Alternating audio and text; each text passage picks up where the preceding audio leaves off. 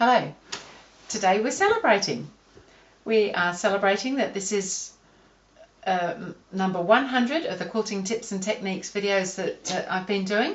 As you can see, we've got balloons to help us celebrate, and we're going to celebrate by making bunting, and not just any bunting, but raw edged bunting. So I'm just going to show you how I do that, and what I've got is some fabric here. I'm going to make them out of a chalkboard fabric, which you may have come across. It's a fabric that you can write on with chalk, great for doing all sorts of things, and I thought if I make a little bunting with that fabric I can write different things on it. So if you haven't seen it before, on the back it's got a kind of loosely woven meshy fabricy back on it. You can sew this fine, it is a fabric, but it's not something you can iron. It will kind of melt and not be happy. But I am going to iron, but not directly onto it. So when I make the bunting, I've got a back fabric and I've got my front fabric, and I'm also using a batting inside. I kind of like that little bit of body that it gets, but it's just going to be raw edge. We're not turning anything out. So here I've got my backing fabric. I'm going to use a nice red fabric with yummy black dots on it. I've got a piece of fusible batting. Now this is the cotton poly fusible batting that I'm using, and I'm going to first of all lay my chalkboard fabric right side down. Then I'm going to lay my batting over the top of that. Now I've just cut a strip that's just a bit over 4 inches wide, I think, of the chalkboard fabric, and the same with the batting and the backing fabric, because I'm going to just trim it and show you how to cut those little wedges to make the little bunting. So I've got that pretty much laid together. I want that so that they line up fairly well, and now I'm just going to press that. Now I don't want to press directly onto the chalkboard fabric, but if I hold this on long enough it will fuse just enough. It won't be a really strong fuse, but it will fuse just enough to hold it for what we're trying to do with these little pennant shapes. And I'll show you how you can cut these without too much trauma. Okay, I'm just going to let that cool a minute. It doesn't like to be moved around too much while it's warm. So I'm going to flip that over, and you can see that's pretty good. It's not, as I said, an amazing fuse, so if we don't pull it apart it should hang in there quite nicely. So now I'm going to trim that so that my edges, and my ruler's not long enough, never mind, I'll work something out here, because I want all the edges level together. So I'm just going to trim off just a little bit on the side here, all the way along the length.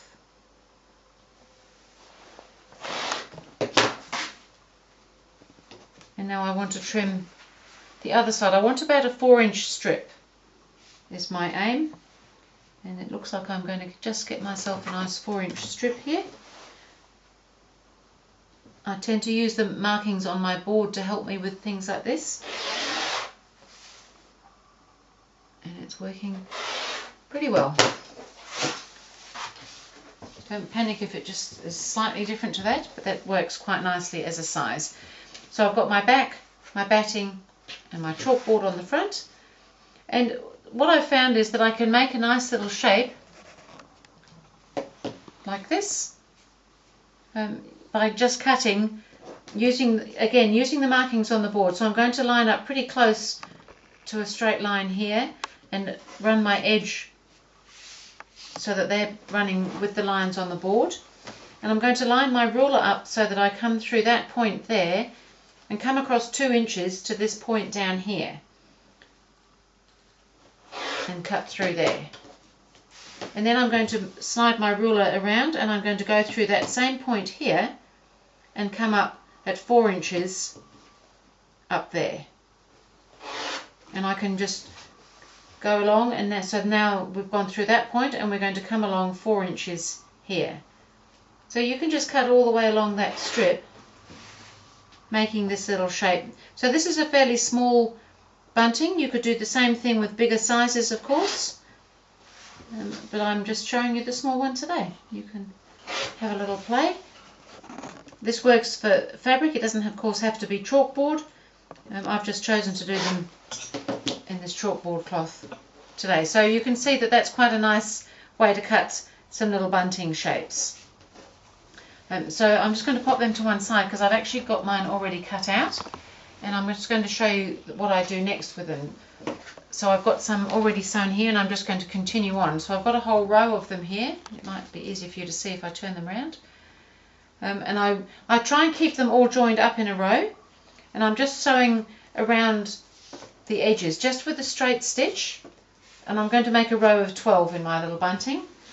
So I've got actually 9 already here, so I'll just sew the next 3 so that you can see what I'm doing.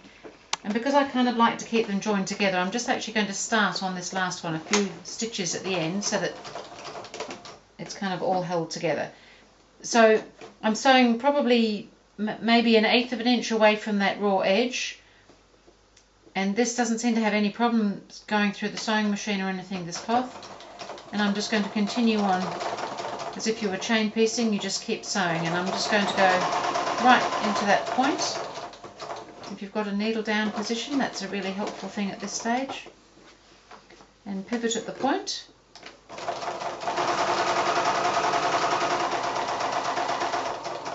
And then get my next one ready to go in.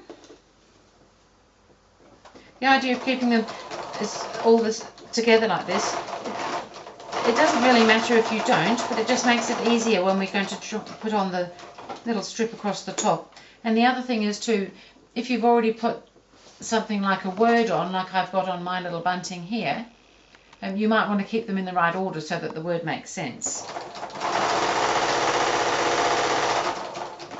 I haven't put words on because I'm going to write on mine this time.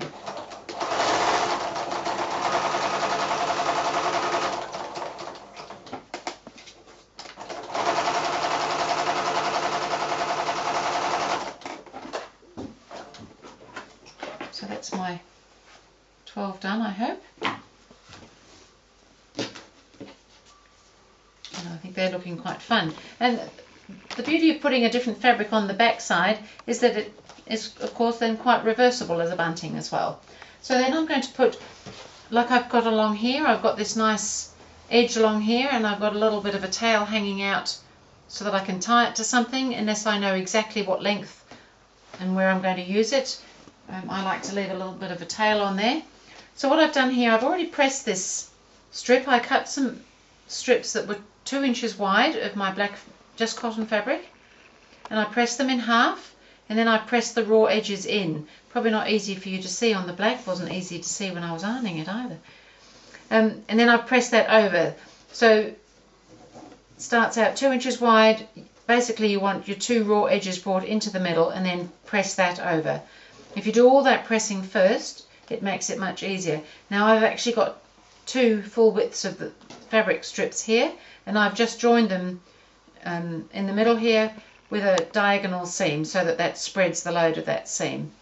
So then if you're not sure how long things are going to be and how much tail you need at the other end, I would suggest that you start putting that top on in the middle. So this is the middle of my bunting here. I know where the middle is because my join is there. So what we're actually going to do is lay this inside there, so that we're wanting to fold that over, and we're going to sew it all joined in like that. So with these all joined up, you don't necessarily want them to be too spread out. Like sometimes when you're chain piecing, there's bigger gaps, so try and keep them evenly placed. You may find you want to pin this. I'm actually just going to sew it.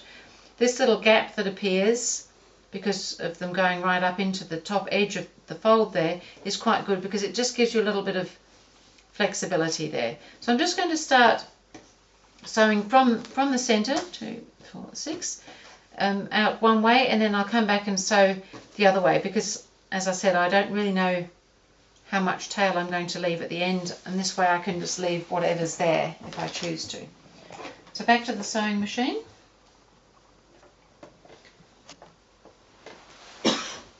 And I'm just going to start sewing here. So what I'm trying to do now is I've got this double fold for my top here, and I'm putting the raw edge, unsewn edge of my bunting shape right up into that fold so that it folds over nicely. And I want to sew, I don't want to sew too close in case I miss on the other side, but just in a little bit, maybe 1/8 of an inch in, and it should collect both sides doing it that way, front and back. And just go all the way along. And because you've got these still joined up, you're not kind of losing them. And as I said, if you had words on them, they hopefully would stay in the same order.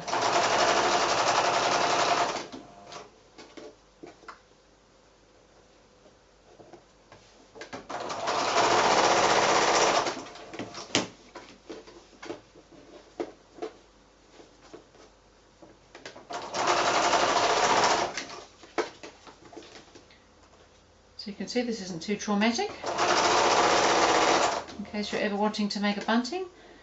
As you can see, I've made gourmet quilter buntings. I've also made buntings for my grandson with his name on it, and some other little gifts for some friends for their children. I've done them with their names on in appropriate colours and things, and they just think they're great. And so now I've finished sewing those in this half, and I'm just going to continue on sewing this together so that it's a nice end and I can tie it to something.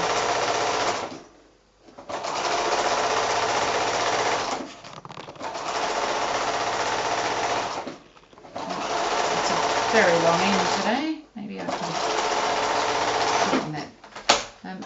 And now I'll go back to the centre and start sewing out in the other direction. And what this does is enables the bunting to be centred in this piece that you can use to tie at each end. So I'm coming back here now where I started before, and I've actually turned it over because it's much easier to turn it over and sew from this side in this direction now. A little lock stitch there just to get started. And if you have a needle down position, it's quite often a handy thing to have when you're doing something that's a little bit fiddly like this, so that if you take your hands away it doesn't kind of all fall apart. So here we are just finishing off. I just got this little tail to go.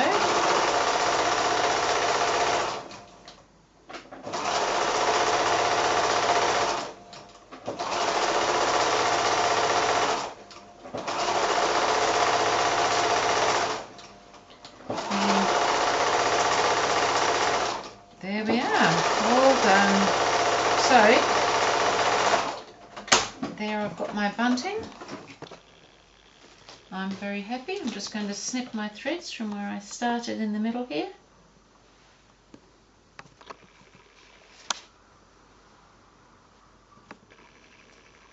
Because I did a little lock stitch, I can snip those off without worrying. And this is my little bunting. How cute is that? And on the other side I've got the chalkboard cloth, so I can write on that now. And I've got one of these wonderful marking pens. It's the same as chalk apparently, it wipes off, but it goes on so much easier. And because we're celebrating today, we're going to be celebrating that we've done 100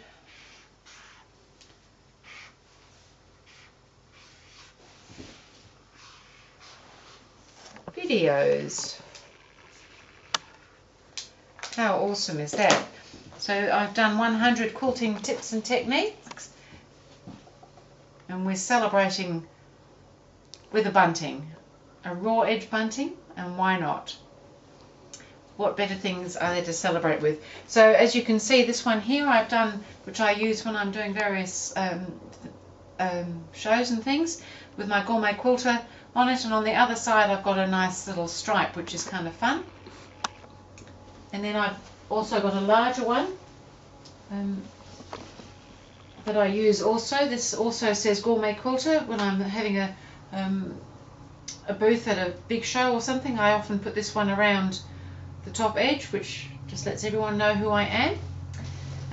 And again, I've got a nice stripe on the back of that, so that it doesn't really matter which side it's viewed from, it can look nice. So I thought that was just a little bit of fun today, just to show you how I go about making a simple raw edge bunting. Of course, there's lots of other ways of making buntings. They can be different shapes. You can have them so that they're turned in nicely. You can make them out of paper, you can make them out of fabric, you can make them out of plastic. It kind of is pretty much unlimited what you can do with a bunting. But that's what I've shown you today, and thank you very much.